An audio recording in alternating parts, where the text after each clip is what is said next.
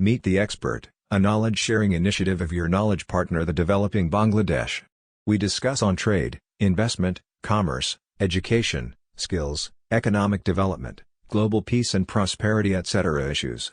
If you are interested to these issues, please subscribe to the channel. Developing Bangladesh, your knowledge partner, please subscribe now. Of representative of all WTO members and meet at least once every 2 years. So ministerial conference held in once in every 2 years. The ministerial conference may take decision on all matters under all WTO agreements. So ministerial council is the highest body for taking any decision in WTO. So let's have a look how many ministerial conferences were held till now. So first ministerial conference after establishment of the World Trade Organization in 1996 was held in Singapore. Second ministerial conference was held in 1998 in Geneva. Third one held in 1999 in Seattle, USA. Fourth ministerial conference held in 2001 in Doha, Qatar. This is another very important ministerial conference, Doha round. So Cancun, Mexico, fifth one in 2003. Sixth ministerial conference held in Hong Kong in December 2005. Seventh ministerial conference held in Geneva, Switzerland in 2009. Eighth ministerial conference held in Geneva, Switzerland in 2011. Ninth ministerial conference held at Bali, Indonesia in 2013.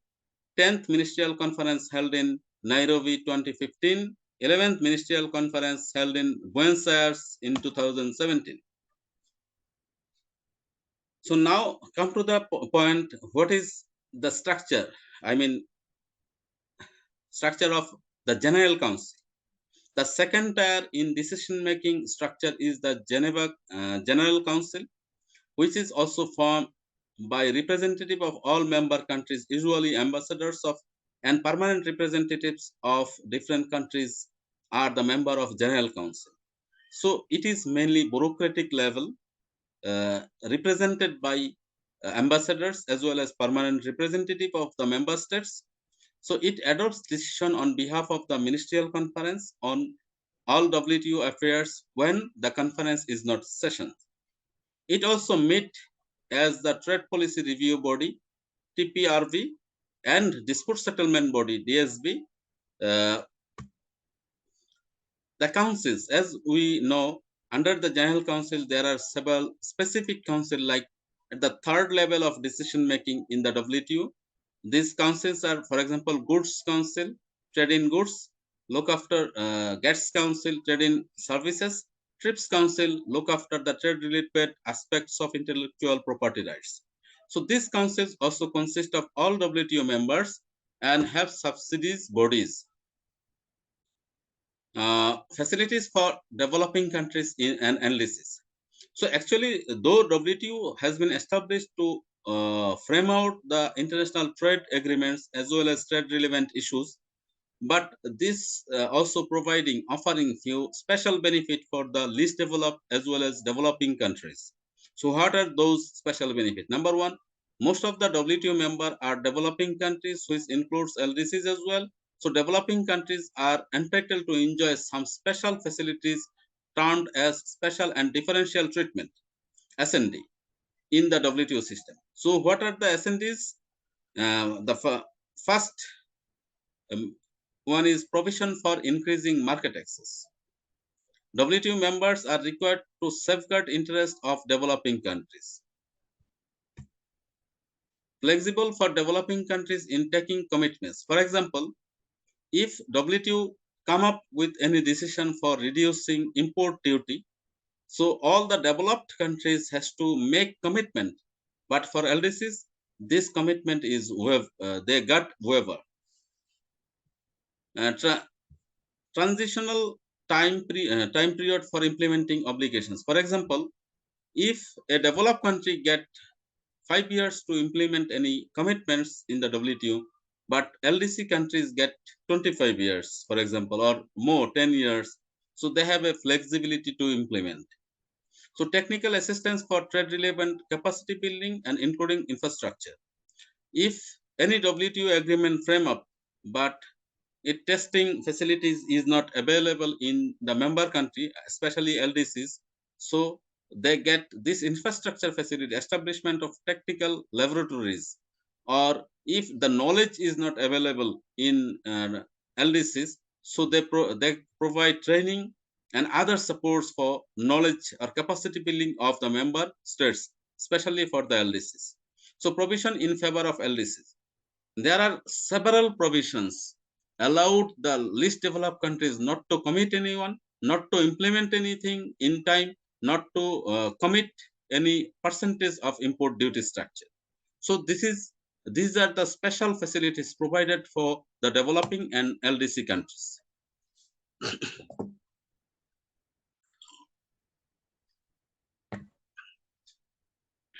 As we were discussing, that Doha round was very important for the World Trade Organization. So let's have a snapshot on Doha round negotiation. Negotiation is one important function of the WTO system. As we know, there are four functions of WTO. So trade negotiation is one of the important function here. The negotiation needs to improve the existing rules and regulations, include new issues in the system. So this negotiation held mainly from two aspects: improving existing system as well as adopting new system. So during GATT agreement era, 8 round of negotiation took places after establishment of WTO. The first round of negotiation started in 2001. This round of negotiation is known as Doha round, or DDA, Doha Development Agenda. So this round is also called development round, that is focus on development issues. Therefore, it called DDA.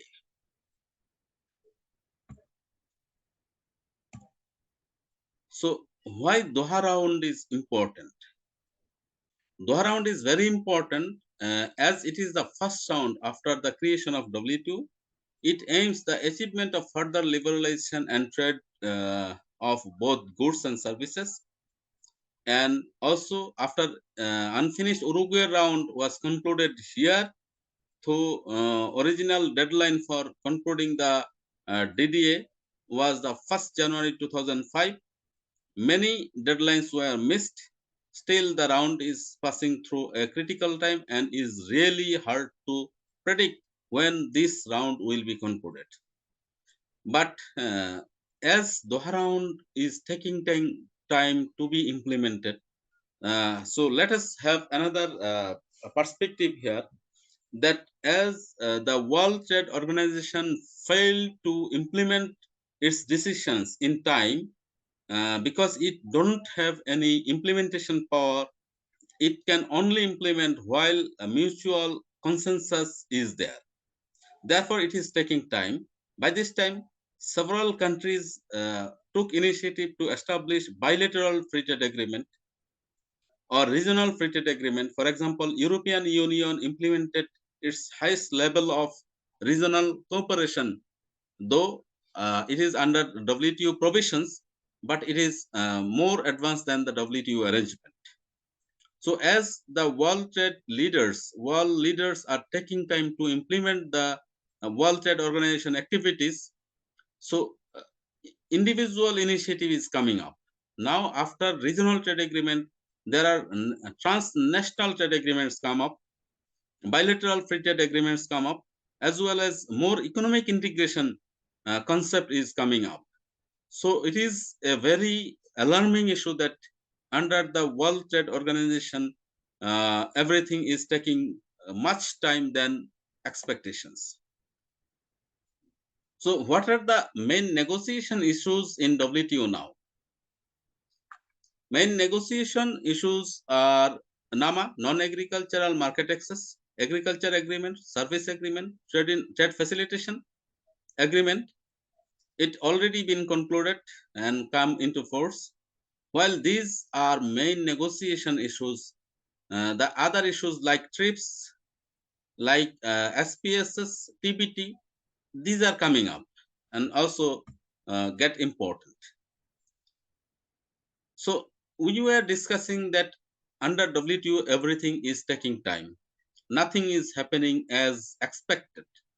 So, but after all, WTO has some special importance to mainstream the global trade. What are those 10 benefits of WTO? Number one is system has to promote peace because Developing Bangladesh, your knowledge partner. We take care of trade and investment, education and skills, economic diplomacy and economic development. If you would like to keep you updated on these issues, please subscribe to Developing Bangladesh. Thank you very much for watching till the last.